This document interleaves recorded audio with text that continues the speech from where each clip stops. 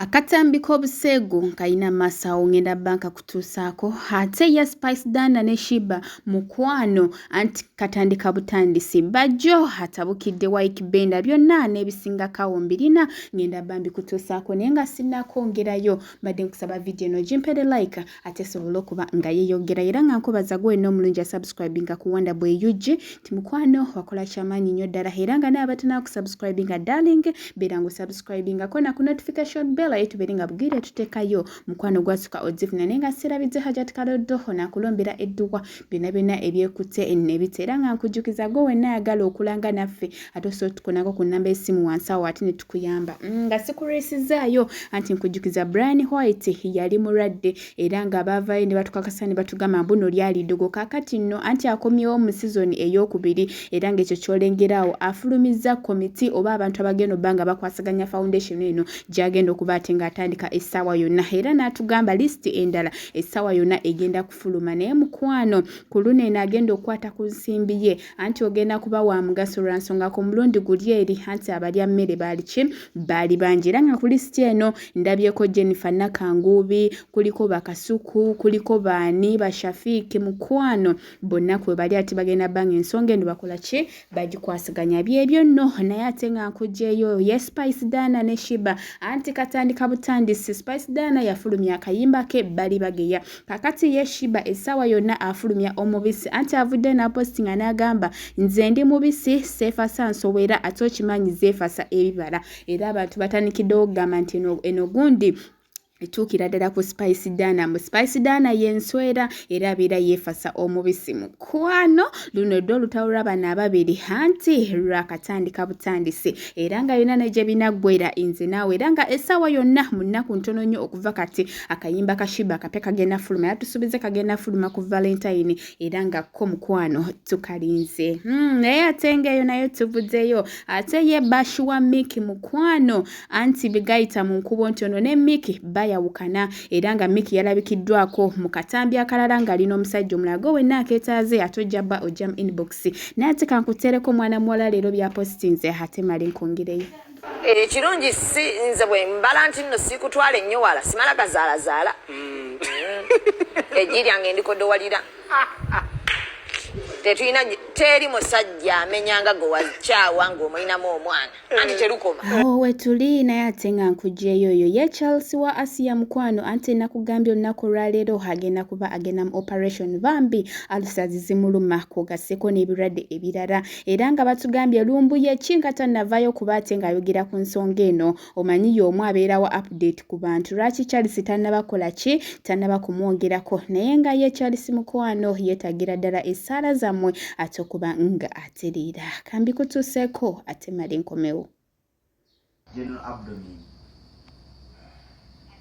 kalinya esatu kitundu kalinya kusaba bikijiwe yongedde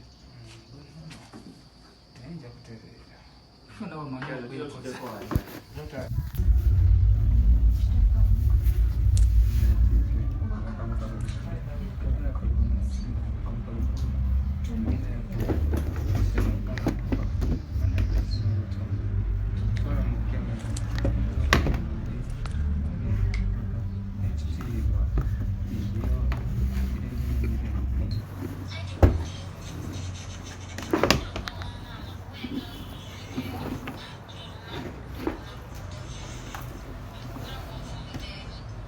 yeyo nno embeera eriwo essaawa eno era nga abantu bangi bavudde ne bagamba mbu Spice Dana yasinga okuyamba mbu ne Shiba ate tayagala kuyamba bantu biki omugambo gubadde mungi naye mukwano si buli omuntu nabeera ayagala okuyambira mu kamera Shiba asobola okuba nga ebintu byabikola nga tali mu kamera ye nga tayagala bintu byakwemulisa naye nga gye bali abantu ate bayamba bakwata ku mukono era abamuyimirizaamu era tukuleetedde abamu ku abo Shiba bayambye naye nga abagambye nti temwogera kankomewo kamalo Shiba ampadde sente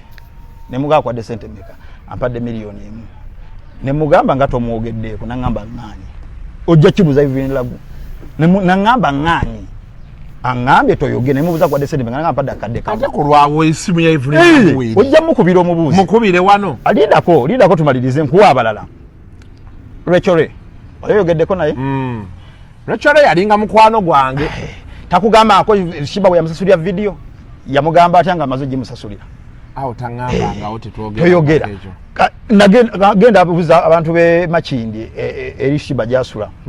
emunyonyo obabuze mu covid Shiba teyagaba ebintu mu covid walo wa kamera nomo yagwe yayito gwe yakirizo kwata ebintu ebyo nga bigaba mu covid yagaba ebintu mu covid gobuza abandaibaza bali emunyonyo yebigaba niwo kisinzira buli omwenga baye kati gambe abakiririza mu Bible engaba yabwe endala kwa bate bagala muntu azanyira ku mpeera ye abagaba lwa Katonda kumuwa mpeera tagaba lwa kasuku genda kumpaana kubanga empeera entuufu ya Bible eya Katonda egamba guno mukono egugaba naye ate nga nkujjayo okujjukiza mukatini Bajje yavaayo ate n'abeera ng'avuma omukulu Charles Peter Mayiga Katikkiro wa Buganda bw'atyo Waikibenda ate n'avaayo okubanga yeŋŋanga Bajjo kaakati nno mukwano Bajje avuddeyo ate n'ayanukula Waikibenda olunaku olwaleero naye mukwano kyamukoze bino ebigambo osaana kubanga gwe mwennyini obyewuliridde ku lwansonga Waikibenda yamugambye gwe omusajja omukulu ovaayo otanulaba Katikkiro mukamwa bannange ate kankutuuseko eno story naye nga essaawa eno I sign out.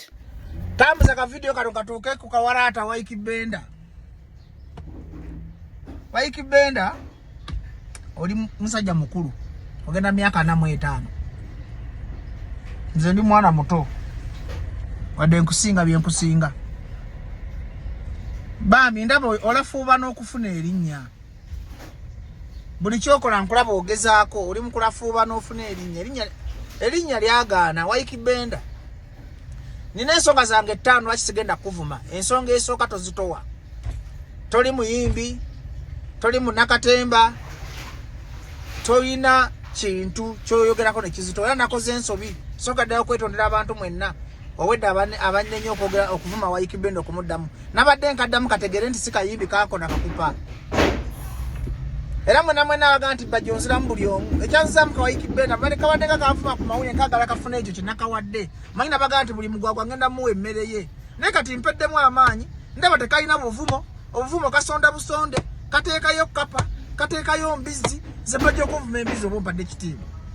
Kakati ng'ovuma Bajje embizi nti oba omuvumye mbo kafunayo ku bivumo ebisikiriza ate zisobola kukoonderako bivumo kubanga tekalinga bigayi.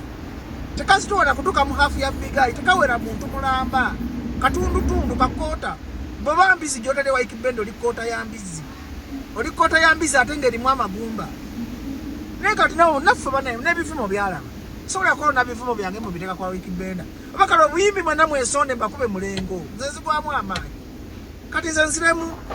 kakoota k'embizi erimu amagumba nkuwadde example bwe bakiro nga bakupimira mu kiro Waikibenda oli mukota ate big eye awera kilo kubanga big eye creating kibaita public talkability